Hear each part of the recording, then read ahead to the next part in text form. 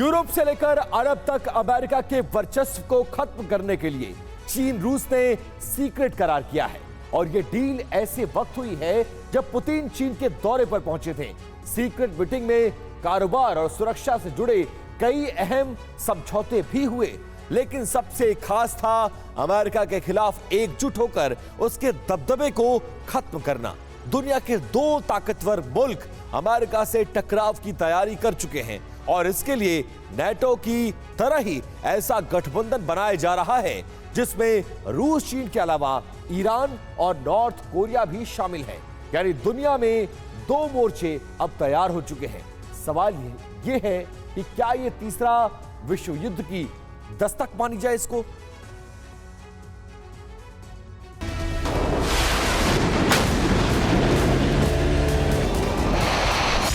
Europe में समीकरण बदलने वाला है। अरब में बारूदी जलजला आने वाला है। वर्ल्ड ऑर्डर बदलने वाला है,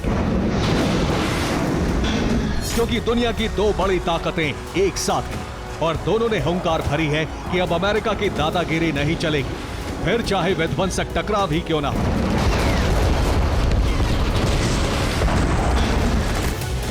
चीन के दौरे पर गए पुतिन ने जैसे ही कहा रूस और चीन सदा के लिए दोस्त हैं, उसी वक्त पेंटागन में खलबली मच गई, क्योंकि अमेरिका को सबसे बड़ा खतरा इसी दोस्ती से है। अमेरिका अकेले चीन रूस से टक्कर नहीं ले सकता। जाहिर है ऐसे में अगर नेटो टकराएगा तो सामने पुतिन की सरपरस्ती में बनने वाला गठबंधन होगा। शी जिनपिंग और पुतिन की इस दोस्ती से अमेरिका की घबराहट इसलिए ज्यादा बढ़ गई है क्योंकि अब इस गठबंधन में ईरान और नॉर्थ कोरिया भी जुड़ गए हैं। रूस को नॉर्थ कोरिया, चीन और ईरान से हथियार मिल रहे हैं। वहीं रूस ईरानी प्रॉक्सी को सैन्य मदद देकर दोस्ती का फर्ज निभा रहा है। हालांकि अभी तक चीन रूस यूक्रेन युद्ध पर खुलकर बोलने से बचता रहा है, लेकिन पुतिन के बीजिंग पहुंचने पर जिनपिंग ने जिस तरह से स्वागत किया वो अमेरिका के लिए इशारा है कि अब परिस्थितियां बदल रही हैं। यूक्रेन का साथ देने के लिए नेटो दांव खेल रहा है तो चीन भी तैयारी कर चुका है। पहले शांति से मामला सुलझाएगा, नहीं तो दूसरा विकल्प उसके पास है।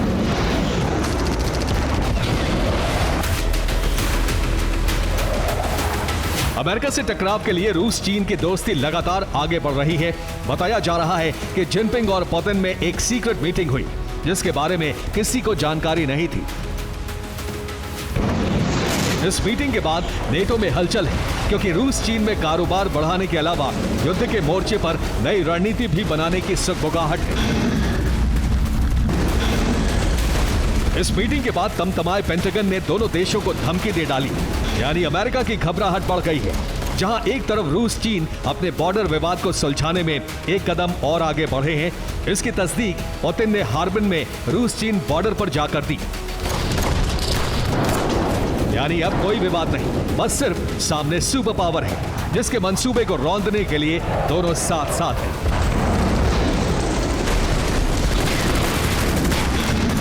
इसके लिए रूस ने एंटी सैटेलाइट टेस्ट करके अमेरिका को धमकाया है। वहीं चीन ने समंदर में न्यूक्लियर तैयारी करके अमेरिका को बताया है कि साउथ चाइना सी में उसकी ही हुकूमत चलेगी। इसके अलावा नॉर्थ कोरिया ने मिसाइल प्रोडक्शन बढ़ाने का ऐलान करके इस गठबंधन को मजबूत किया है, जबकि ईरान पहले से ही अमेरिका इजराइल के खिलाफ बड़े युद्ध का ऐलान कर चुका है। उसके समर्थित संगठन लगातार हमले कर रहे हैं।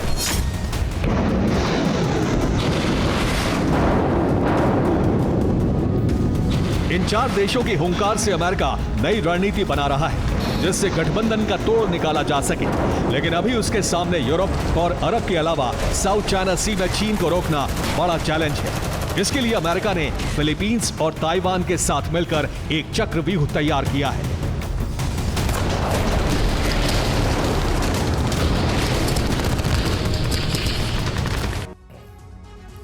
चीन को रोकने के लिए अमेरिका ने ट्रिपल अटैक का पूरा प्लान बनाया हुआ है। इसके लिए अमेरिका ने फिलीपींस पे लॉन्ग रेंज की मिसाइलों को तैनात कर दिया है। फिलीपींस के साथ साउथ चाइना सी में भी युद्धाभ्यास शुरू किया जा रहा है। साथ ही ताइवान स्ट्रेट के पास अमेरिका ने युद्धपोतों को लगा दिया है। इसके अलावा ताइवान को हाईटेक हथियारों की खेप भी पहुंचा दी गई है। साथ ही पैसिफिक सी में अमेरिका ने अब्राहम लिंकन कैरियर को उतार दिया है। पुतिन जिनपिंग की मुलाकात के बाद पेंटागन ने चीन को चेतावनी जारी कर दी है। ताइवान की सीमा में घुसपैठ बंद करने के लिए कहा गया है। फिलीपींस के पास अमेरिका ने युद्धपोतों को लगाया है। इस दौरान चीन के 2 युद्धपोतों को फिलीपींस के साथ मिलकर खदेड़ दिया गया। साथ ही इस पूरे मामले में लगातार अमेरिका नजर भी बनाए हुए है।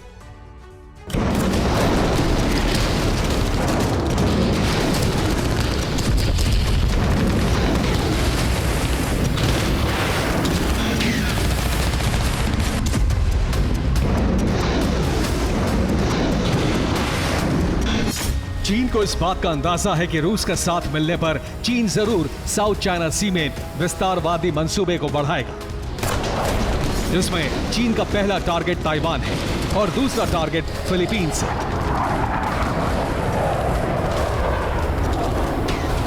लेकिन अमेरिका तैयारी कर चुका है। उसने ताइवान और फिलीपींस के पास अपने युद्धपोत भी लगा दिए हैं। इसके अलावा हथियारों की खेप भेजकर युद्ध की तैयारी शुरू कर दी है।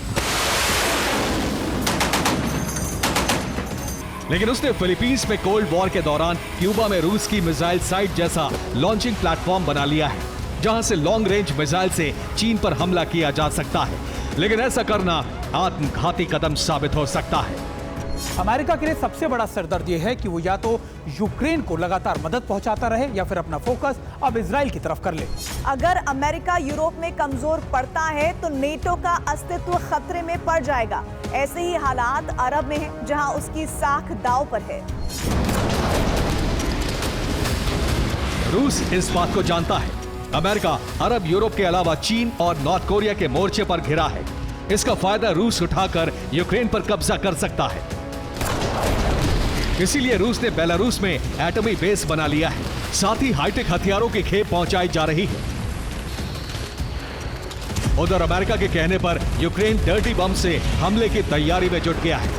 अमेरिका के अलावा दूसरे नेटो देश भी यूक्रेन को सैन्य मदद पहुंचा रहे हैं, जबकि चीन को चैलेंज करने के लिए अमेरिका ने यूएसएस अब्राहम लिंकन को उतारा है, जो पैसिफिक से लेकर साउथ चाइना सी तक गश्त करता रहेगा। साथ ही 5 गाइडेड मिसाइल से लैस डिस्ट्रॉयर भी जल्द साउथ चाइना सी पहुंच रहे हैं। उधर अमेरिका फिलीपींस के साथ वॉर ड्रिल कर रहा है, जबकि नॉर्थ कोरिया को धमकाने के लिए अमेरिका साउथ कोरिया के साथ युद्धाभ्यास कर रहा है। यानी युद्ध के 4 मोर्चों पर अमेरिका घिरा है, जो उसके लिए घातक साबित हो सकता है, क्योंकि रूस हर मोर्चे पर एक्टिव हो चुका है, जिसे चीन का भी साथ मिल गया है। Bureau report, TV9, Bharatvarsh.